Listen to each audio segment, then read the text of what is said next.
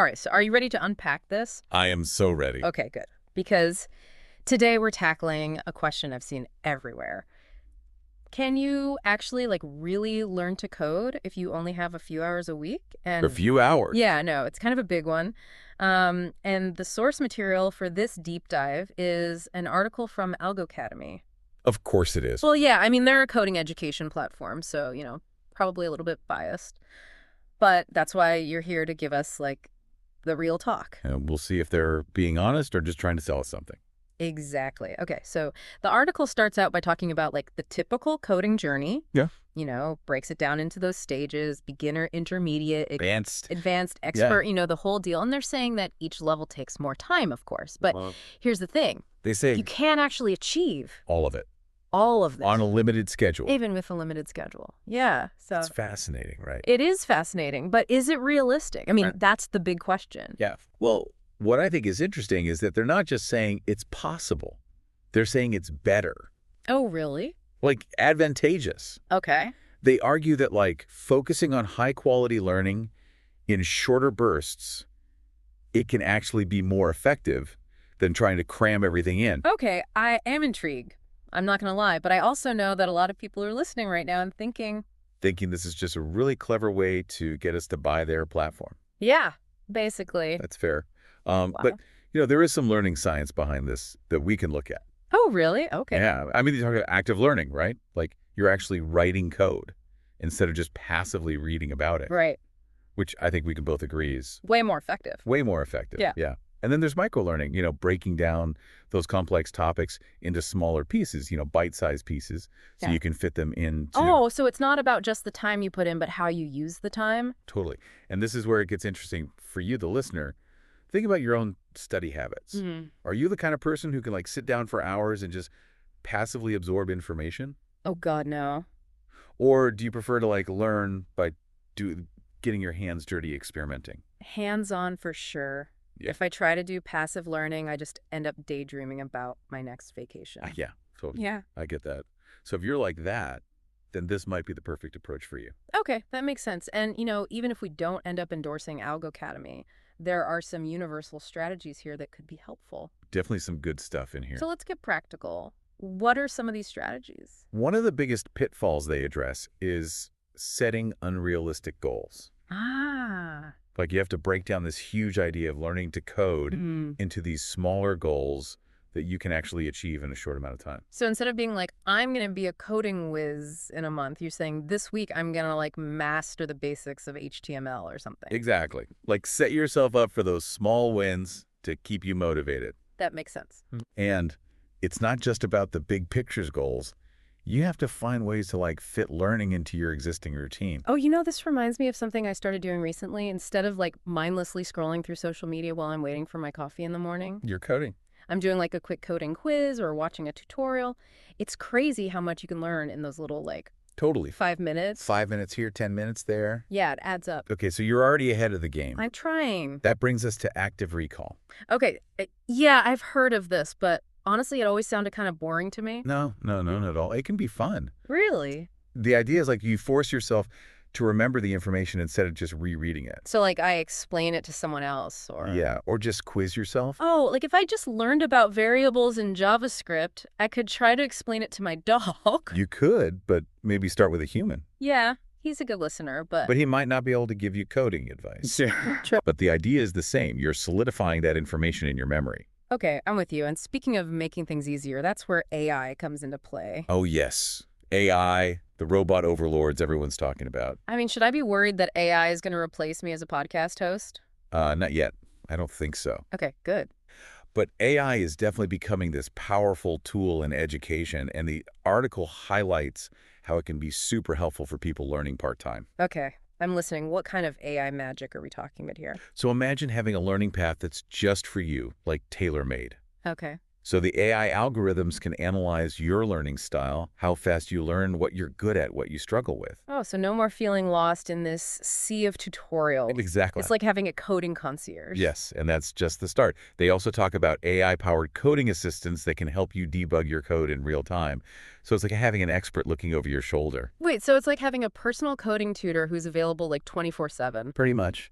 Sign me up.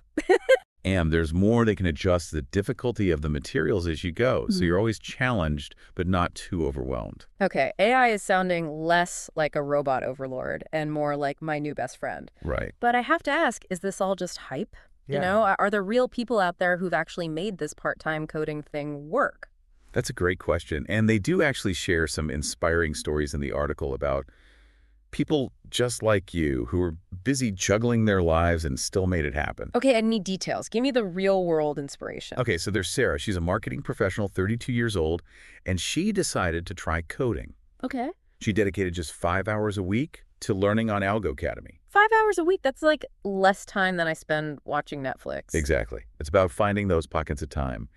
And after about 18 months, 18 months. she landed a junior developer position. Wow. And she had zero coding experience before this. So it's possible. It's possible. I love it. Okay, Yes. who else? Okay, there's Mike. He's a busy parent. Thought learning to code was just impossible with his schedule. Yeah, I feel that. But he carved out just an hour each day after his kids went to bed to study. An hour a day. Yeah, and in a little over a year, he built his own web application. Wow. So the key is finding that consistent study time, It really seems to be. even if it's just a little bit each day. Yeah, and both Sarah and Mike say that those interactive lessons and the AI assistants on the platform were huge for them. So they're not coding prodigies, they're just everyday people. Just like you. Just like me, who made it work. Exactly. I love that. Okay, and then the article gets even more exciting because it goes beyond learning to code and starts talking about developing something called algorithmic thinking. Yes. Algorithmic thinking. That sounds a little intimidating. It's not. It's amazing. Okay. It's like one of the most valuable skills you can develop. Okay, I'm curious. Break it down for me. What is algorithmic thinking and like why should I care? So at its core, algorithmic thinking is this ability to break down these complex problems into smaller, more manageable steps and then design like this logical sequence of actions to solve them. So it's like creating a recipe for solving problems. Yes, exactly. And the cool thing is you're constantly practicing this when you're coding. You're writing instructions, you're testing them, you're refining them, you're seeing how they all work together to get a result.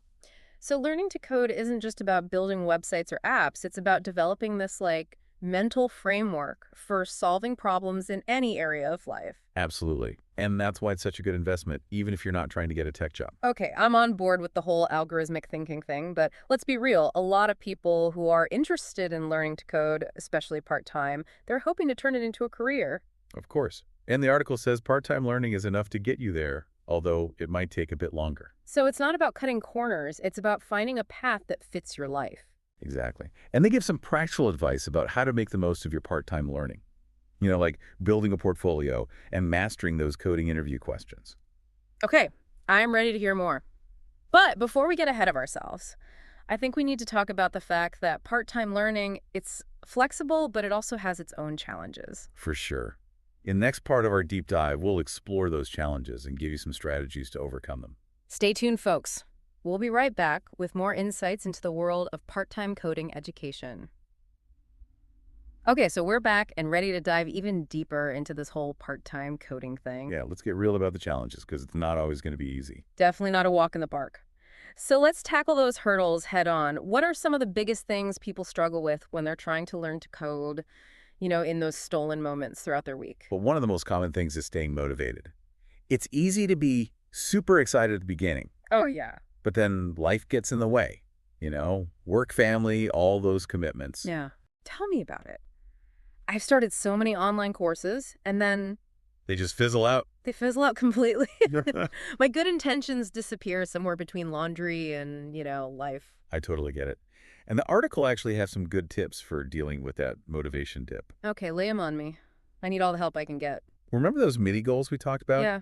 They're Mhm. not just about making learning less scary.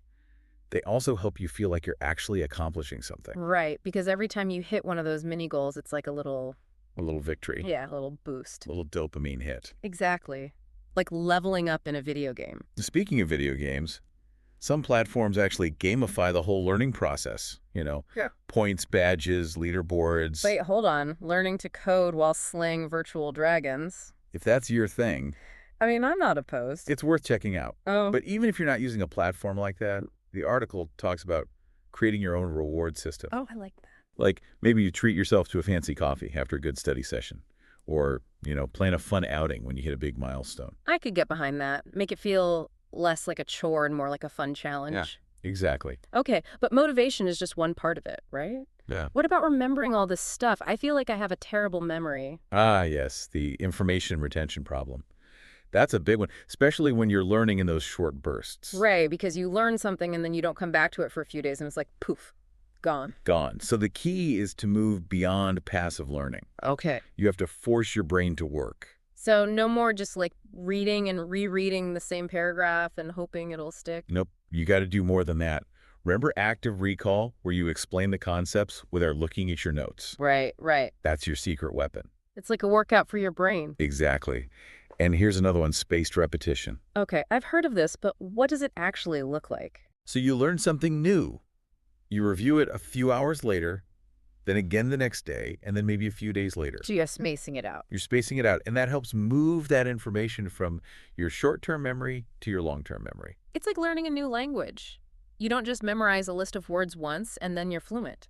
Right. You have to keep using them. Exactly. So we need to keep using these coding concepts. Yeah, and the article also talks about reviewing previous lessons regularly and applying what you've learned in those small projects we talked about. So it's all about taking action. Yes, turning that theory into practice. I like it. But sometimes I just feel overwhelmed by how much there is to learn in the coding world. I get it. It's a vast universe out there, and it's easy to feel lost. Seriously, every time I think I've got a handle on one thing, 10 more things pop up. That's where those mini goals come in handy again. Yeah. Don't try to learn everything at once. Right. Focus on one thing at a time, one language, one framework, one project. So like, how do you eat an elephant? One bite at a time. Exactly. And it's okay to go at your own pace. Absolutely. I think that's something a lot of people forget, especially in the online world where everyone seems like they're this coding superstar. Yeah, the comparison game is real. But we need to remember that everyone's journey is different. We're all climbing our own mountains. So true. And speaking of journeys, one challenge that's especially tough for part-time learners is the potential for isolation. Yeah, because when you're not in a classroom setting, it's easy to feel like you're the only one who's struggling. Exactly. But you're not alone. You're not. And that's where online communities can be so helpful. Oh, yeah. I love those online communities. It can be a lifeline. Seriously, it's like having this virtual support system, a group of people who get it. Exactly. You can share resources, ask questions, get feedback on your work, and just feel like you're part of something. It's like a coding cheerleading squad. I love that. Yeah. And those communities can also be a great source of motivation and inspiration when you're feeling down. It's amazing how technology can both connect us and isolate us. Right. But in this case, it's definitely connecting us. Like a virtual coding campfire. I love that image. And speaking of support, don't forget about mentorship. Oh, yeah. Mentorship is huge. Finding someone, even if they're just a little bit ahead of you on their coding journey, can be so valuable. It's like having a guide in the coding wilderness. Exactly. Yes. They can give you advice, share their experiences, and help you avoid those common pitfalls. Okay, so we've got our communities, our mentors, our mini goals, our active recall. But sometimes you need more than just theory and virtual support. You need to get your hands dirty with some real world experience. You're so right. Bridging that gap between theory and practice is crucial. So how do we do that when we're only coding a few hours a week? How do we make those coding dreams a reality? The article talks about personal projects. Okay, I'm listening. Tell me more about these personal projects. So no matter how small or simple they are, building your own projects lets you put your skills into action. You can experiment, make mistakes, learn from those mistakes. It's like they say the best way to learn is by doing. But it's easy to feel intimidated by the idea of a project. Where do you even begin? Start small. Maybe you build a simple website for a friend's business, or you create a basic app to track your expenses, or you even just automate a boring task on your computer.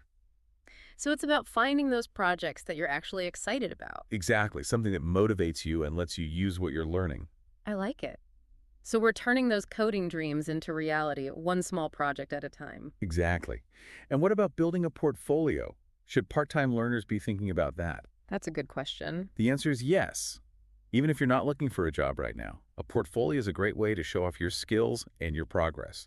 And it'll be super helpful if you do decide to go for a tech job later on. So it's like a digital resume, but way cooler. Exactly. It shows potential employers what you can actually do, not just what you've read about, I'm all about showing, not just telling. right? And there are tons of online platforms and communities that have project ideas, tutorials, and even like structured learning paths that guide you through building specific things. Okay, I'm feeling inspired. All these projects, all these possibilities. But let's not forget about the real world beyond our screens. Yes, sometimes the best learning happens out there in the real world. Okay, give me an example. How do we bring our coding skills into the real world? I'm picturing myself showing up at a construction site, like, hey, I can build you a website. Maybe not quite like that, but think about local nonprofits or community organizations. They might need help with their websites or their online presence. Okay, that makes more sense. Maybe there's a school that could use some coding workshops, or a friend who's starting a business and needs help with their online marketing. I love it. It's about using our skills to make a difference and connect with our communities. And you gain valuable experience in the process. Win, win, win. Okay, so we've talked about platforms, communities, mentors, projects, but what about those more traditional learning resources? Like, are books and podcasts still relevant in this modern coding world? Definitely.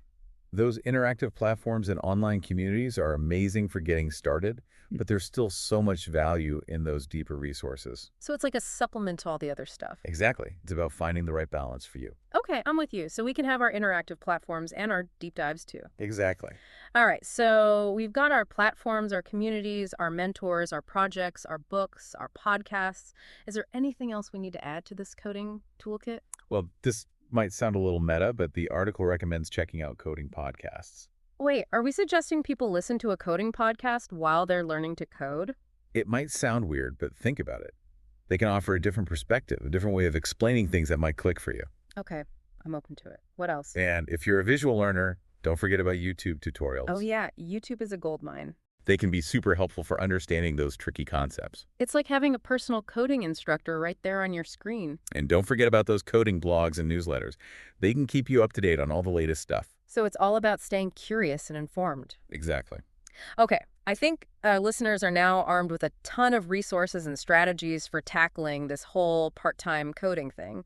But before we wrap up this part, I want to talk about the future. Ooh, yes, the future of coding. I know you get excited about this. I do. The article mentions some trends that are particularly relevant for part-time learners. Okay, hit me with it. I'm ready for the future. Virtual reality and augmented reality coding environments. Whoa, hold on, VR coding. Imagine stepping into a virtual world where you can actually see the code and interact with it.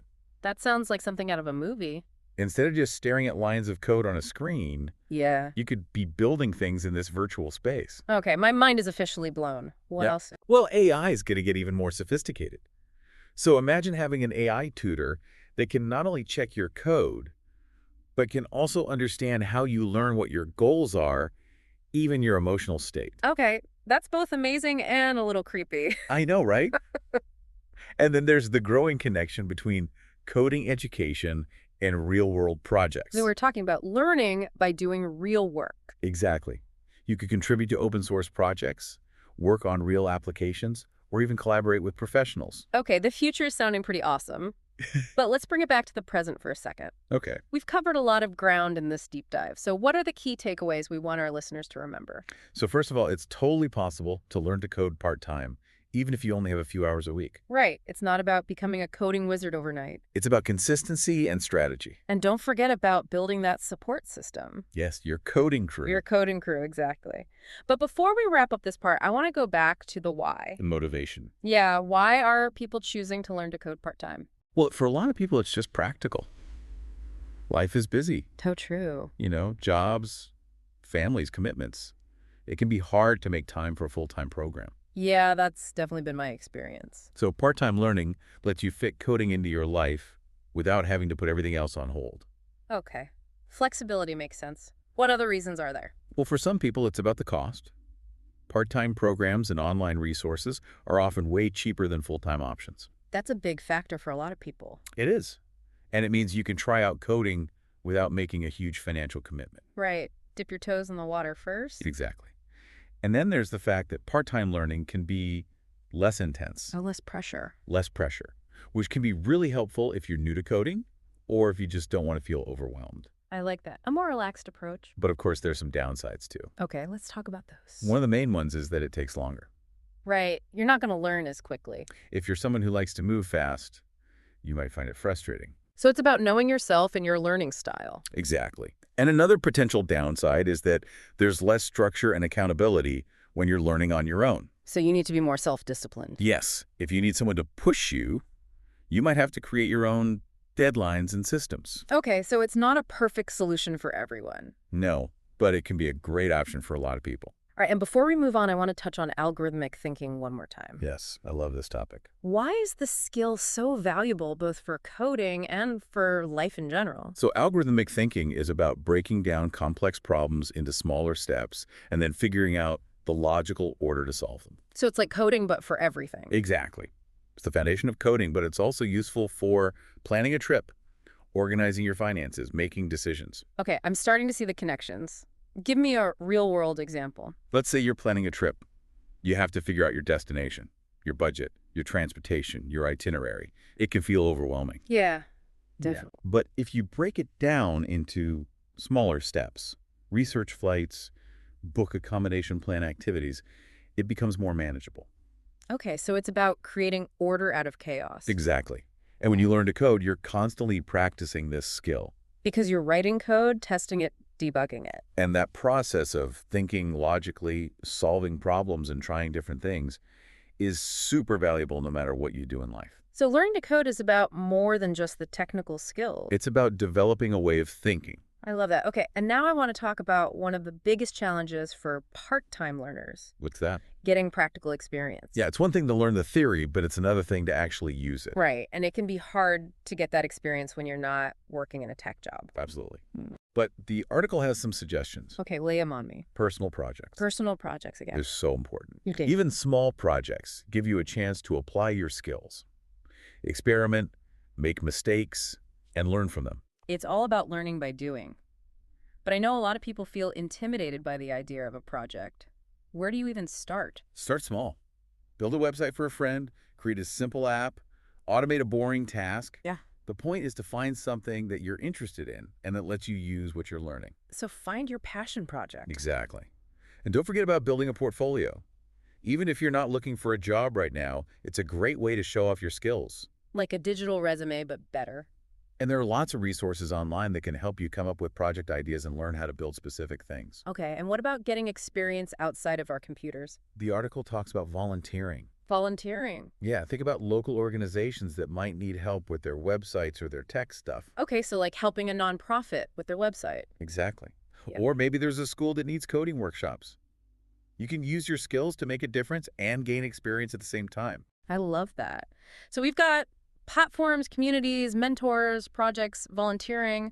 But what about those traditional learning resources? Like, are books and podcasts still relevant? Absolutely. They're a great way to go deeper into specific topics. So it's not about choosing one or the other. It's about finding the right mix for you. So we can have our interactive platforms and our deep dives too. Exactly. All right, so we've got our platforms, our communities, our mentors, our projects, our books, our podcasts. Is there anything else we need? Well, this might sound a little funny, but the article recommends listening to coding podcasts. Wait, are we seriously suggesting that people listen to a coding podcast while they're learning to code? I know it sounds meta, but they can be really helpful. Okay, I'm willing to hear you out. They can give you a different perspective and a different way of explaining things. Plus, they can be really motivating. Okay, I'm convinced coding podcasts it is. And what about books? Books are great for those deep dives. You know, if you really want to understand a specific topic in detail. There's something satisfying about reading a physical book. I agree. And for those visual learners out there, YouTube tutorials are amazing. YouTube is a lifesaver. They can really help you visualize those complex concepts. It's like having a personal coding instructor right there on your screen. And don't forget about coding blogs and newsletters. They can keep you up to date on all the latest trends and technologies. So it's all about staying curious and informed. Exactly. And that's what makes this field so exciting. There's always something new to learn. All right, I think our listeners are now equipped with a whole arsenal of resources and strategies for tackling this part-time coding journey. But before we wrap up this part, I want to talk about something that really excites me. What's that? The future of coding education. Oh, yeah, I love where this is going. The article talks about some pretty mind-blowing trends. Like virtual reality and augmented reality coding environments. VR coding. That sounds incredible. Imagine stepping into a virtual world where you can see the code and interact with it. Yeah. It would be so immersive and engaging. Okay, my mind is officially blown. What else is coming? AI tutors are going to get even smarter. They'll be able to personalize your learning experience like never before. So it's like having a personal coding coach in your pocket. And we're going to see more integration of coding education with real-world projects. So learning by doing real work. Exactly. You could be contributing to open source projects or working on real applications. The future of coding education is sounding pretty bright. It is. Okay, but let's bring it back down to earth for a minute. Okay. What are the key takeaways we want our listeners to remember about all of this? So the main thing is it's totally possible to learn to code part-time, even if you only have a few hours a week. It just takes commitment, consistency, and strategy. And don't forget about building a support system. Yes, your coding community. Your coding community, exactly. Yeah. But before we wrap up this part, I want to go back to the why. The motivation. Yeah, why are people choosing to learn to code part-time? Well, for a lot of people, it's a matter of practicality. Life gets in the way. Jobs, families, commitments. Yeah. So part-time learning lets you fit coding into your life without having to give up everything else. Right, it's about finding that balance. Exactly. And for some people, it's about the cost. Part-time options are often more affordable. That's a big factor. It is. And it allows you to try out coding without breaking the bank. I like that.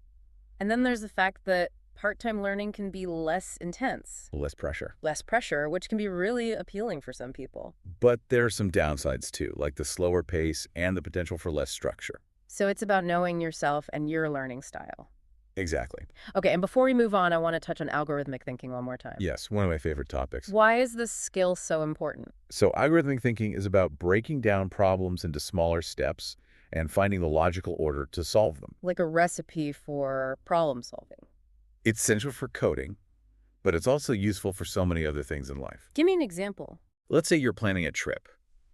You have to figure out all the details like your destination, budget, transportation, itinerary. It can feel overwhelming, It can. but if you break it down into smaller steps, it becomes more manageable. Okay, I see what you mean. And when you learn to code, you're constantly practicing this skill. You're breaking down problems, writing instructions, Yeah. testing things, debugging. So it's a mental workout. It is. And it helps you develop a way of thinking that's valuable in all areas of life. Okay, and now I want to talk about one of the biggest challenges for part-time learners, What's that? getting real-world experience. Right, because it's one thing to learn the theory, but it's another thing to actually use your skills. And it can be tough to get that experience when you're only coding a few hours a week. It can. But there are things you can do. The article talks about personal projects. Ah, personal projects again. They're so important. Even small projects give you a chance to apply what you've learned and build your confidence. I know, but sometimes it's hard to know where to start. Start small. Think about something you're interested in and that you can use your coding skills for. Maybe it's a website for a friend, a simple app, a way to automate a boring task. So find your passion project. Exactly.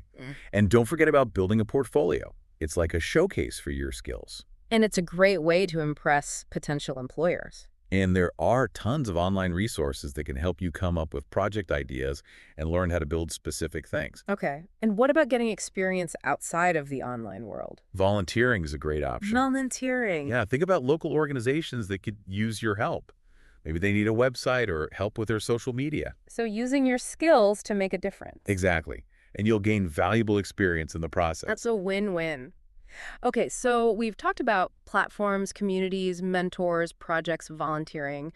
But what about those more traditional learning resources, like books and podcasts? They're still relevant. Okay, good, because I love a good book. Me too.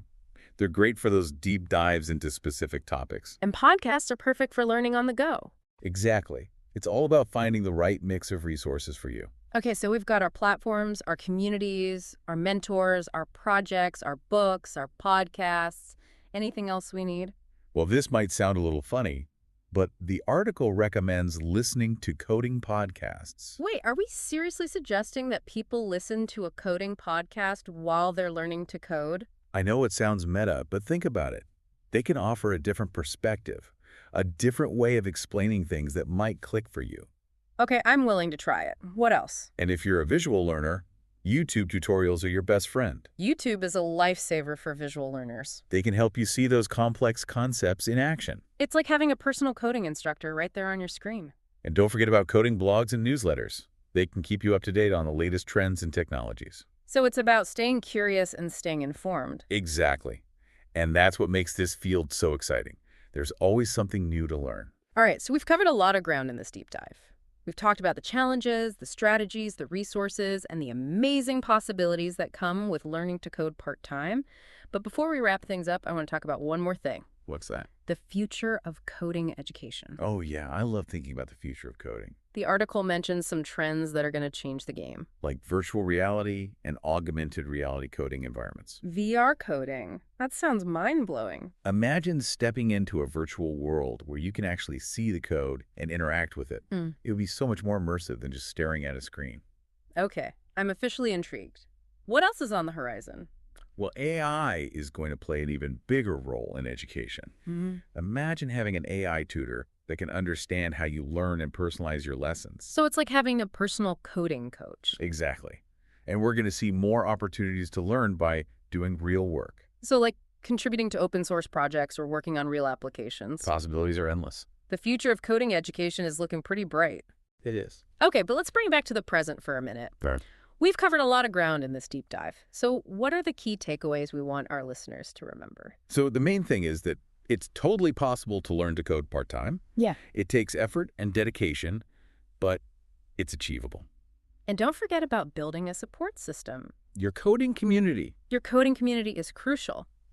But before we wrap up this part, I want to revisit the why. The motivation. Yeah, why are people choosing to learn to code part-time? Well, for a lot of people, it's just about practicality.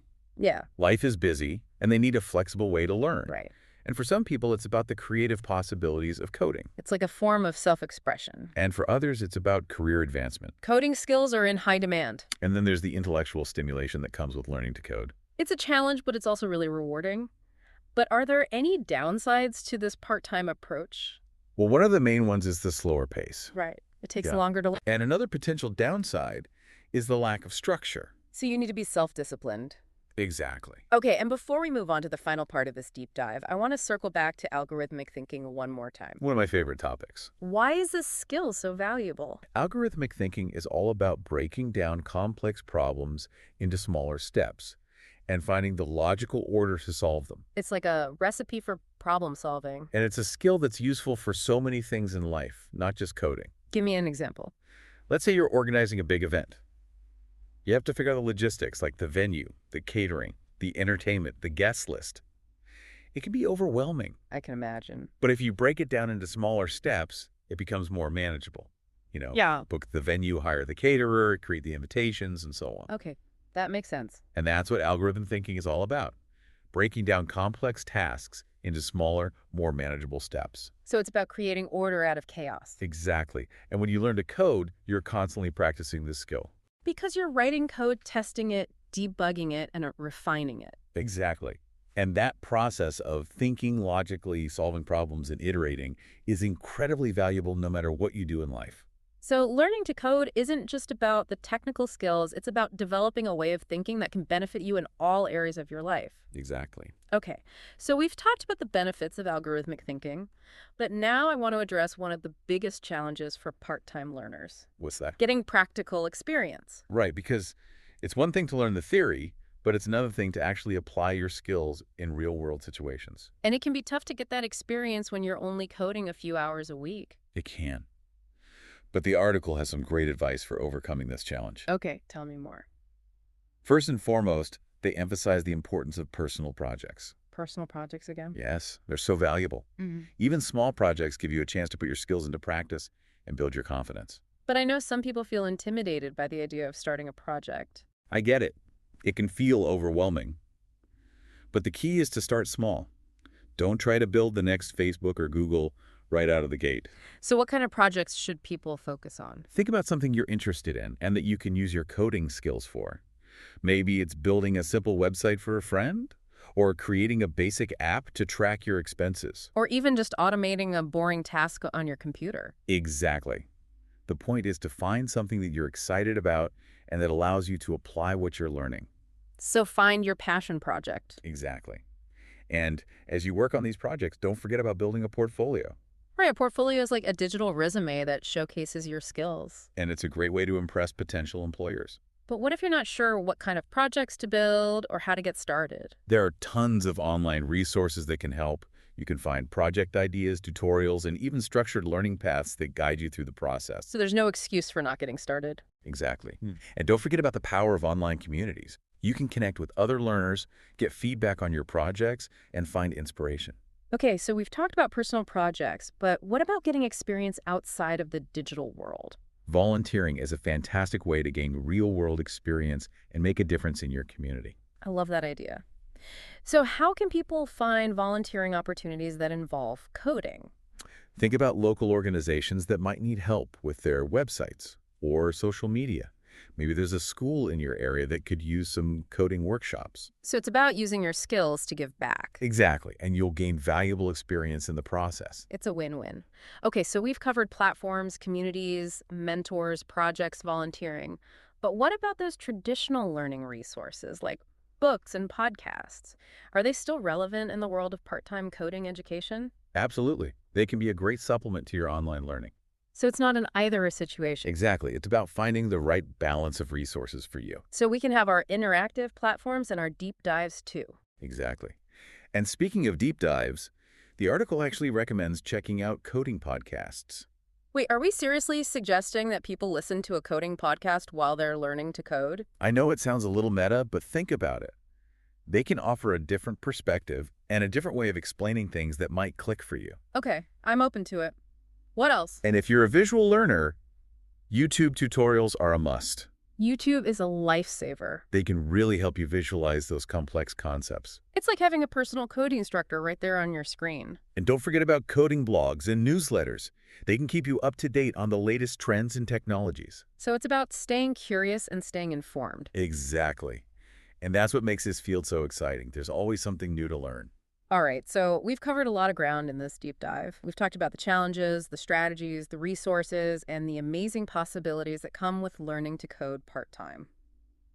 But before we wrap things up, I want to talk about one more thing. What's that? The future of coding education. Oh yeah, I love talking about the future of coding. The article highlights some trends that are going to revolutionize the way we learn. Like virtual reality and augmented reality coding environments. VR coding. That sounds incredible. Imagine stepping into a virtual world where you can see the code and interact with it. It would be so much more immersive than just staring at a screen. Okay, my mind is officially blown. What else is on the horizon? AI-powered tutors are going to become even more sophisticated. They'll be able to personalize your learning experience like never before. It's like having a personal coding coach in your pocket. And we're going to see a greater emphasis on learning by doing real work. So like contributing to open source projects or working on real world applications. Exactly. The future of coding education is looking very bright. Okay, but let's bring it back to the present for a minute. All right.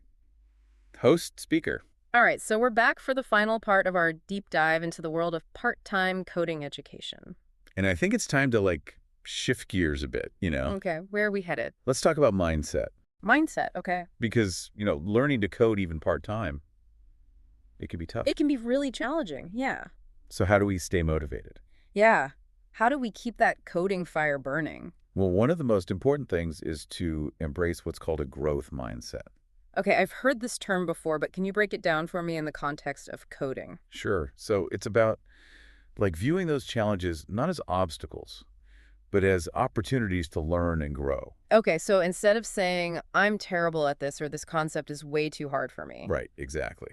Instead, try saying, I'm learning or I'm getting better with practice. So it's about shifting our perspective, from limitation to possibility. Yes, and it's about celebrating those small wins along the way, each step forward. And recognizing that every mistake is a chance to learn. Exactly. Mistakes are just feedback.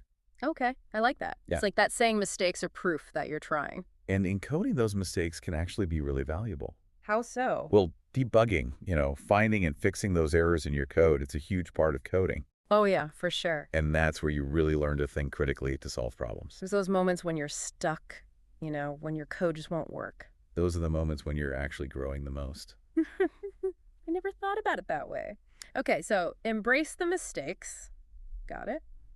What else? Patience and persistence. Those are key. Oh yeah, I struggle with that one. Learning to code, it's not a sprint, it's a marathon. you know? There will be times when you want to give up, Oh, yeah, I've been there. but those are the times when you have to dig deep and remember why you started this journey. Reconnect with that passion. Exactly. And remember, you're not alone. Right. Community is so important. Surrounding yourself with other learners, mentors, experienced developers, it can make a world of difference. It's like having your own coding support system. Exactly. You can share your struggles, celebrate your wins, learn from each other. Okay, so embrace the challenges, find your community. What else? Stay curious. Curious. Okay, you've said this before, but why is it so important in the coding world? Because technology is constantly changing.